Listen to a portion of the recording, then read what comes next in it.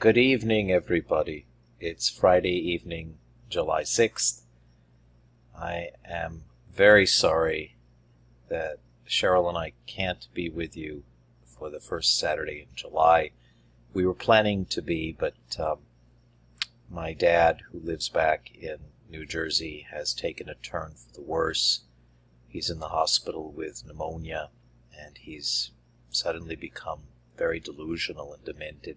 So we're flying out on Saturday morning to be with him, to see him, and we will stay for an indefinite amount of time until we can figure out what's next.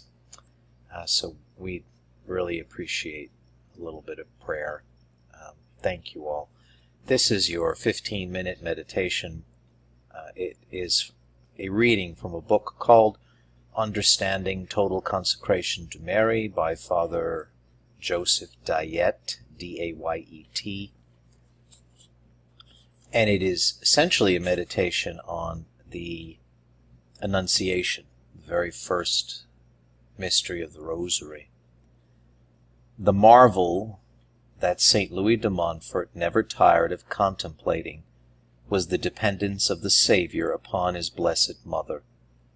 This supremely free dependence was revealed at the moment of the Annunciation. It has continued ever since and will never end. The Son of God, our loving Redeemer, could have saved us without becoming the Son of the Virgin Mary. He could have come into the world in the state of perfect manhood, as did Adam, when he came from the Creator's hands. Even after he had been born of Mary, a tiny baby, just as we are born of our mothers, he could, by his omnipotence, quickly have freed himself from the handicaps and helplessness of childhood.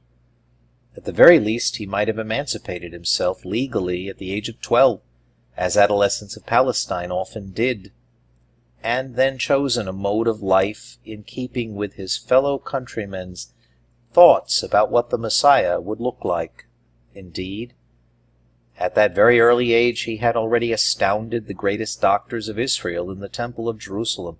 There was nothing to keep Jesus from entering upon a brilliant career of preaching and miracle working that would have taken him far beyond the borders of his native land. He could have proved he was an independent Savior, and Mary would have disappeared from the scene. Jesus would have none of this. He, the eternal Word, pre-existing before all creatures, chose to become incarnate, to be united to our human nature, only after he had secured the consent of the humble Virgin of Nazareth. And from the first moment of his incarnation, he took pleasure in glorifying his independence and his majesty by depending on this amiable Virgin in the unfolding of each of the mysteries of his life. The very mystery of the Incarnation contains all the others within itself. Hidden within his mother's womb, and fully aware of his smallest acts, Jesus gave glory to his Father in heaven. There he adored and thanked his Father, and offered him love, satisfaction, and impetration of infinite value. There he offered up his Sacred Heart to his Father, his heart of a few days, of a few months, already vehemently yearning to be crushed in atonement for our sins. In this virginal womb he found joy as in a living earthly paradise. In his mother he joyfully saw his elect, all who were to be his living members. Moreover, he chose these predestined souls in concert with Mary, thus locking them up with himself in her in a mysterious way. The Virgin Mother's womb was, moreover, the first altar upon which he immolated himself to the will of his Father for our salvation. As Jesus was fully conscious from the start of exercising his redemptive mission, he was eager to give himself effectively to souls and thereby to sanctify them. That is why, soon after the Annunciation, his divine Spirit inspired Mary to hasten to the mountains to bring to John the Baptist, also within his mother's womb, the grace of a miraculous baptism, and to bring to Elizabeth herself the grace of a personal Pentecost. Mary became, as it were, the first sacrament of Christ, his living sacrament.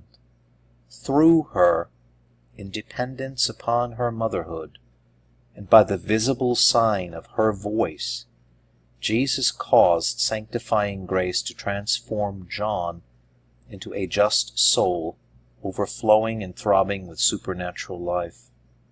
Through Mary, likewise, he filled Elizabeth with such a plenitude of the gifts of the Holy Ghost that she at once penetrated the mystery of the Word made flesh within Mary, and communicating his divine life to others through Mary. In the mystery of the Nativity, the same dependence shines out before our eyes.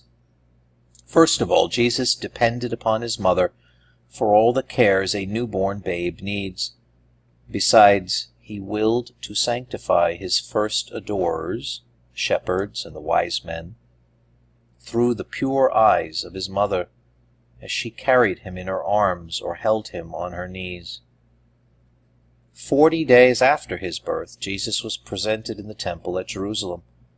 On this occasion he outwardly offered himself up to his Father, as he had secretly done in his mother's womb. It was in dependence upon Mary that he consummated this solemn obligation in the temple.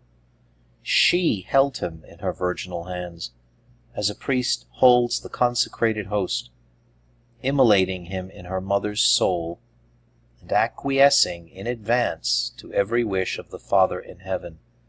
This morning sacrifice was a prelude to the evening sacrifice of Calvary. The last of the joyful mysteries opens with the apparent emancipation of the adolescent Jesus, who had remained in Jerusalem 3 days without telling Mary and Joseph. He had acted in this way, of course, solely in obedience to his Father, as he was to reveal when his mother found him. It had been necessary to dispose Mary's heart long in advance, to bear the full weight of the redemptive sufferings. This is the significance of the 3 days of separation and of anxious searching. These days prepared the way for the great dereliction from Good Friday until Easter morning. During her search for her child, Mary suffered, as it were, an anticipated passion. Once his purpose had been quietly achieved, Jesus again affirmed his filial dependence most emphatically. While he could thenceforth have been legally emancipated from his parents' tutelage, he chose to continue to be dependent upon them during his entire youth and even during his manhood, exactly as if he were still a child. Scripture tells us that Jesus returned to Nazareth subject, as before, to Mary his mother and to the visible representative of his heavenly Father, St. Joseph. Subject.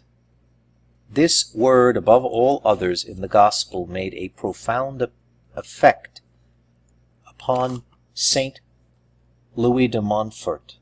He looked upon it as the only light shed on the long hidden life of Jesus at Nazareth. So many things might have been revealed to us about those days, had they not been meant to retain their mystery. There was one thing, however, which the Holy Ghost could not pass over in silence, if he was to teach us its value and infinite glory. That is the submission of Jesus, incarnate wisdom, to Mary, his mother, during 30 years. We might have expected this submission to end when Christ's public life began, but it did not.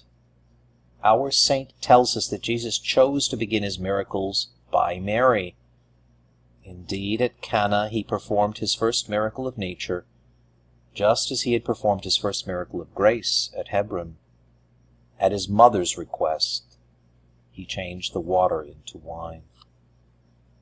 Montfort concluded with good reason, that since Jesus began and continued his miracles by Mary, he will continue them by Mary until the end of time. For God is the same yesterday, today, and forever. The miracles were preambles, indicating the Savior's subsequent courses of action. During the 3 years of his public life, he continued to act in dependence on his mother. He healed, converted, forgave, and bestowed his favors profusely within the shadow of Mary's discreet presence. We come now to the days of the Passion, when the power of the Prince of Darkness was unleashed. Jesus' most pure body was crushed in the winepress, and his blood flowed in torrents to satisfy divine justice and to atone for the sins of all men. Yet even then, Jesus made satisfaction to his Father only in dependence on Mary.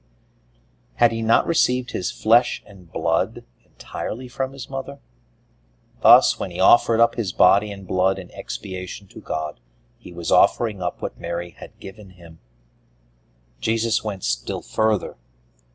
He willed that his mother should offer up his body and blood, the components of his supreme sacrifice, in union with him. She was to stand at the foot of the cross, the altar of salvation. It was not enough that she had provided the body of the victim from her own substance, that she had suckled, nurtured, fashioned this body with a view to sacrifice, that she had prepared the lamb for his immolation. She was now called on to immolate him in her heart as Mother Co-Redemptrix. By an act of her will, she surrendered into the hands of the Father the human life that she had transmitted to Jesus, and that was then terminating in the sacrifice of the redemption. St. Louis de Montfort affirms this very tersely. It is she who nourished him, supported him, brought him up, and then sacrificed him for us. Our Savior's submission thus extended to the supreme action which is the heart of the redemption, his death on the cross. Father, the dying Jesus cried out, my obedience has been consummated. I have extended it as far as possible here on earth to death on the cross. And he breathed his last, bowing his head toward Mary. Jesus Christ's earthly obedience was consummated, and now he rose from the dead, filled with a new and glorious life. Would he continue to act in dependence upon Mary, even in his glorious mysteries? Yes, beyond a shadow of a doubt. Here is the explanation presented by St. Louis de Montfort. Inasmuch as grace perfects nature, and glory perfects grace, it is certain that our Lord is still in heaven as much the Son of Mary as he was on earth, and that consequently he has retained the obedience and submission of the most perfect child toward the best of all mothers. He retained this submission to his mother in order to use it for our sake. After his ascension into heaven, his sole desire is to apply to us the fruits of the redemption. That is why he promised his apostles that he would send them his sanctifying Spirit. And he kept his promise. On the morning of Pentecost, the Holy Ghost descended upon the apostles, and faithful, gathered together in the cenacle, the cradle of the church. It was on the Blessed Virgin Mary, first of all, that he poured himself out in plenitude.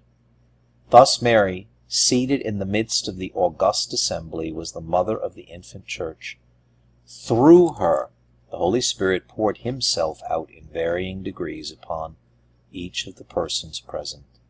They all received their share of the gifts of the Holy Ghost through Mary, who was visibly united to the divine Paraclete. I pause here for just a moment, friends.